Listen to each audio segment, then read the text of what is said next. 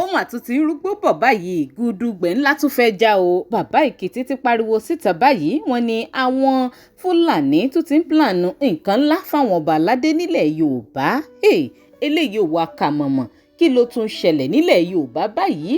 Ẹ̀yin èèyàn ẹ mà tún súnmọ́ bí o, ẹ wá gbọ́ ìkìlọ̀ tí bàbá Èkìtì tún fi ìta o.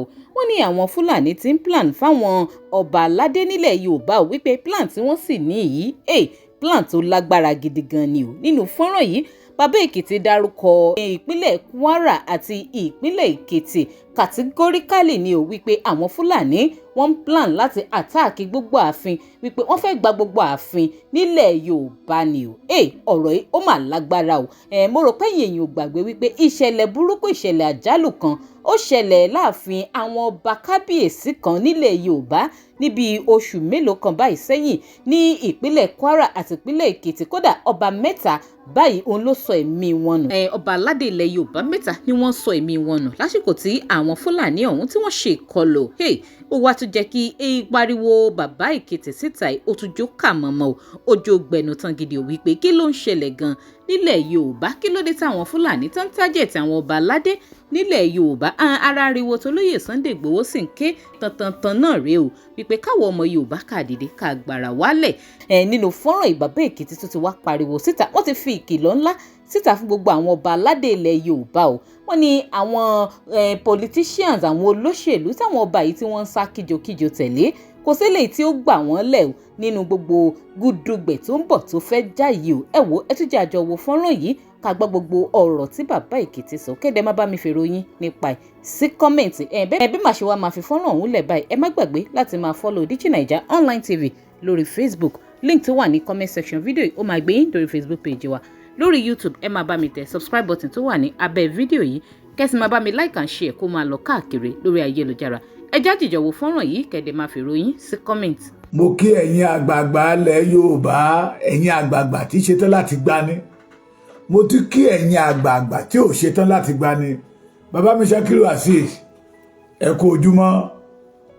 Ẹ̀yin ọba ilẹ̀ Yorùbá ẹ fúnra.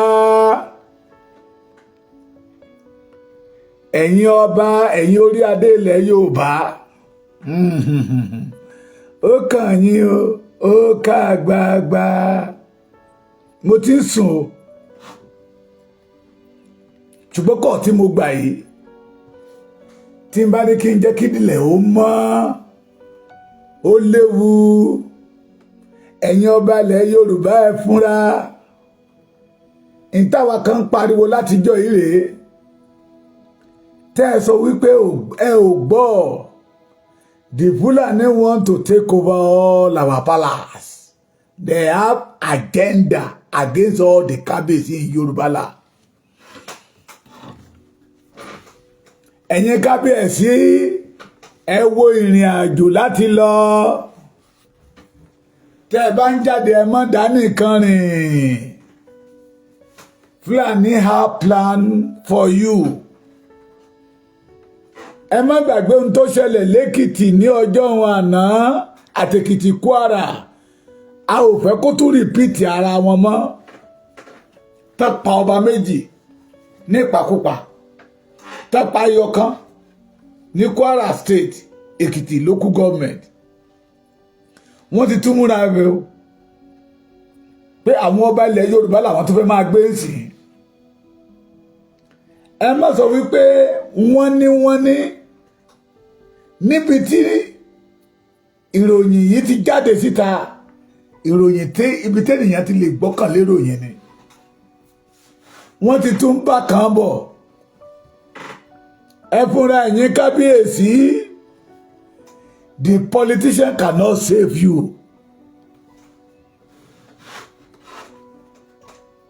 Àwọn ọba tó pa lẹ́kìtì níjọ́ wọn àná, kí lẹ gbọ́ káwọn olóṣèlú ó ṣe? They will never do anything. Torí ẹ̀mí ènìyàn ò jọ wọ́n lójú.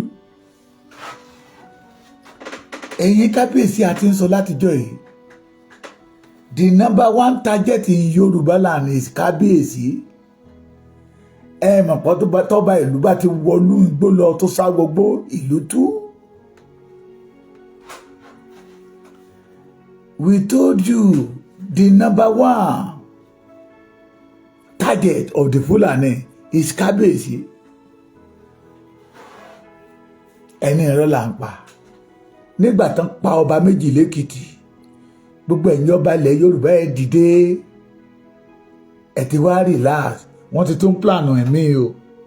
Èmi ò gbàdúrà kó wá sí ìmúṣẹ, ṣùgbọ́n ojú làlá kan fi mí ṣọ́rí bí orin sọ ni. Ó ní orí làlá kan fi mí ṣọ́rí, yèyé mi gbọ́ tèmi o. Ó wá tẹ̀síwájú, ó ní àjẹ́ ìwẹ̀yìn ló bẹ́lẹ́dẹ̀ jẹ́, ajá ìgbó kẹyìn ẹ̀yọ èèwọ̀. Ẹ̀yin Kábíyèsí wa ẹ má jàjẹ́ ìwẹ̀yìn, because Fulani have hidden agenda against you. They want to take over the palace. They want to take over the land. Alẹ́ ìní, alẹ́ ó ti di alẹ́ àná ni ìròyìn yẹn jáde ní yàjóyàjó. Ẹni yẹn ló ti ń try nọ́mbà mi láti nǹkan bí aago 8. Mo ní mo wà lórí mítì kan ni. Ẹ ṣáà ti mọ̀, the alárìnkiri alárìnyè of Yorùbá land. Èmi náà ni. Mo ní always on the road.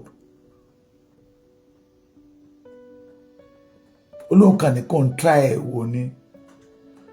He called me around 11:55 to 12. Yorùbá, mo fi ìyọ́nú Ọlọ́run bẹ̀ yín, ẹ̀yin bàbá wa. Àwọn àgbà ìjọ àná wọn ló ń bọ̀. Wọ́n ní àwọn làádẹ́ẹ̀dẹ́ láyé òde òní, gbogbo ara lènìyàn máa ń dẹ́ẹ̀dẹ́. Ẹ má sọ pé irọ́ làwọn ọmọ Ìgbòho ń pa. Ẹ má sọ pé irọ́ làwọn ọmọ Sunday Ìgbòho, àwọn ọmọ Akíntóyè akéńgbàyẹ lọ́hùn. Kí tẹ́lẹ̀ tó ṣẹlẹ̀ ní Ìkọ̀lé local government tó ṣẹlẹ̀, apariwo àwárí ń lọ ní káàkiri ìlú pé ohun tí à ń rí ní Ìkọ̀lé local government yìí tẹ́ ẹ̀ bá jẹ́ ká mójútó yóò dé láńlẹ́yìn. Àmọ́ pé orí àwọn ọba náà ti máa bẹ̀rẹ̀. They have plan for the Kábíyèsí in Yorùbá land, most especially Èkìtì. Àwọn Èkìtì tó súnmọ́ Kwara yẹ, Ondo state, Kogi, Kwara state and Ọ̀ṣun state. They want to lay ambush. Wọ́n mọ̀. Wọ́n dá mọ́tò àwọn ọba mọ̀.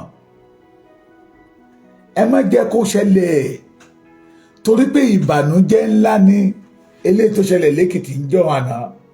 And it is a big disgrace to the Yorùbá race. Ẹ má tún jẹ́ kí eléyìí ó ṣẹlẹ̀ o. Ẹ̀yin ọba ilẹ̀ Yorùbá ẹ múra o, ẹ fúnra o. Kó má lọ jẹ́ wípé ohun tá ní kí ọlọ́kùnrin ó ṣe tó lóhun ò lè ṣe tó ní ọgbẹ̀yìn ẹ̀. Àwọn Fúlàní ń dọdẹ àwọn ọba ilẹ̀ Yorùbá o. Ẹni bá létí kó gbọ́n tí ẹ̀mí ń sọ fáwọn ọba ilẹ̀ Yorùbá. These politicians that you are follow, they won't be able to save you, Kábíyèsí. Ẹ má mà tún jẹ́ kí ẹ̀jẹ̀ yín ó ṣàn lọ́wọ́ àwọn Fúlàní. A mọ̀ ń kí à ń sà. Ọ̀pọ̀lọpọ̀ ẹ̀yin Kábíyèsí máa ń sọ pé kò kàn mí. Ìlú tí ń yí orí tí ń ṣèǹjì o. Ẹ̀yin Kábíyèsí ilẹ̀ Yorùbá tẹ́ bá rìn ẹ máa rìn tìfúnra o. Láyé àtijọ́ náà máa ń sọ pé nílẹ̀ Yorùbá ọba ló nílẹ̀, lóde òní Fúlàní ló nílẹ̀ o. Be careful, extraordinary careful. First class ọba ni mí, kì í ṣe lójú AK-47 o. first class ọba ni mí kì í ṣe lójú AK-47 gbogbo wa náà láàrin nǹkan táwọn ará bíbẹ̀ ń kó dání kiri ẹ̀yin kábíyèsí wa ẹ má fi òjò tàwọn olóṣèlú gbìn ká ẹ̀mí yìí ò jẹ́ nǹkan kan lójú wọn làwa fi ń pariwo pé ẹja dìde károkò tí ọjọ́ ọ̀la Yorùbá kí Yorùbá ó bọ́ kúrò nínú ìgbèkùn kí Fúlàní yé ní access sórí ilẹ̀ wa láti máa pa wá bí ẹni pa òkété ẹ̀yin kábíyèsí ẹ má mà dé amọ́ adọ́run mòótọ́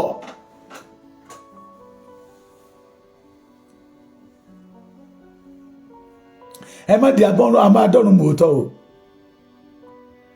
Fúlàní ò bá yín mu ní kékeré o let me tell you one thing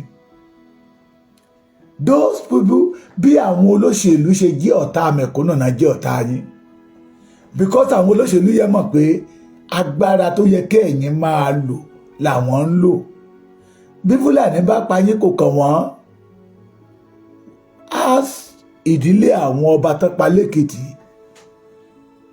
ṣé wọ́n ti rí àwọn tó pa wọ́n bí ìjọba bá tiẹ̀ rí àwọn tó pa wọ́n ẹni tó ti kú ló ti lọ ikú gbígbóná ọba ń kúkú ìbọn lójú kidnapper lójú ìmẹ̀yẹ tí a là ẹ̀yin ọba ilẹ̀ Yorùbá ẹ fúnra nígbà yí àwọn bàbá yín kò rí báyìí la fi ń pariwo ẹ má jẹ́ ó torí yín bàjẹ́ ẹ̀yin ọba ilẹ̀ Yorùbá ẹ má torí ìjẹkújẹ kẹ́ kúkú ẹlẹ́yà ẹ má torí owó àwọn olóṣèlú kí ẹ̀jẹ̀ yín máa ṣàn yòlò yòlò lójú títì we don't want it it is abomination in Yorùbá land ká máa fìbọn pa ọba láì jalè bọ́ bàbá tẹ̀ jalè gan wọn lè fìbọn pa á ká máa gbé ọba dùgbọ̀dùgbọ̀ létí títì ẹ má tún jẹ́ ó ṣẹlẹ̀ ní ilẹ̀ Yorùbá mọ́ Fúlàní ò fojú rẹ̀ wò wá ẹ mọ̀ pé wọ́n ti pa ọmọ Yorùbá wọ́n ti pa pápápápá bóyá ọmọ Yorùbá tó ń pa ó ti sú wọn wọ́n ti wá yí ìlú padà sórí àwọn ọba wa ẹni tó sọ̀rọ̀ létí ẹ̀ bóyá wọn ò mọ̀ pé ó gbọ́ èdè wọn tàbí bóyá wọn ò mọ̀ pé níbi tẹ́ ti ń sọ ó wà ń bẹ̀ pé let us start to kidnap their king it will shake the Yoruba race if you can be able to kidnap more than 4 or 5 or 6 obas in a month the Yoruba land will scatter òun ẹ ti gbọ́ yẹ o bó bá wù yín ẹ gbàgbọ́ bó bá wù yín kẹ́ má gbàgbọ́ ṣùgbọ́n orí adé tán ní kì í sùn ta tó bá jẹ́ pé lóòótọ́ orí adé tí ò fẹ́ sùn ta ni á tètè wá nǹkan kan ṣe sí. ọ̀rọ̀ yìí wá dójú ẹ̀ pátápátá ẹ̀yin èèyàn ọ̀rọ̀ lẹ́gbọ́ lẹ́nu bàbá Èkìtì wọn ni wọ́n ń plan gidi fáwọn ọba aládé nílẹ̀ Yorùbá pé àwọn Fúlàní yìí wọ́n bá wa mú kékeré wọ́n fẹ́ ṣe ìkọlù tó lágbára ní ìpínlẹ̀ Èkìtì àti ìpínlẹ̀ Kwara bẹ́ẹ̀ bá gbàgbé wọ́n ti already sọṣẹ́ ń bẹ̀ náà rí ṣé eléyìí wá ṣe ìtanijí gidi ni o fún gbogbo àwọn ọba aládé ilẹ̀ Yorùbá a sì lérò wípé wọn ò lè tají láti tètè wá ojútùú sọ̀rọ̀ àwọn Fúlàní dáràndáràn yìí kí lè ro tiyín ẹ máa jù sí comment ẹ má gbàgbé láti máa bá mi follow DigiNaija online TV lórí Facebook link tó wà ní comment section fídíò yìí ó máa gbé yín dórí Facebook page wa lórí YouTube ẹ máa bá mi tẹ subscribe button tó wà ní abẹ́ fídíò yìí kẹ́sì máa bá mi like and share kó máa lọ káàkiri ẹ ṣeun tẹ́ ẹ̀ darapọ̀ mọ́ mi ní gbogbo ìgbà.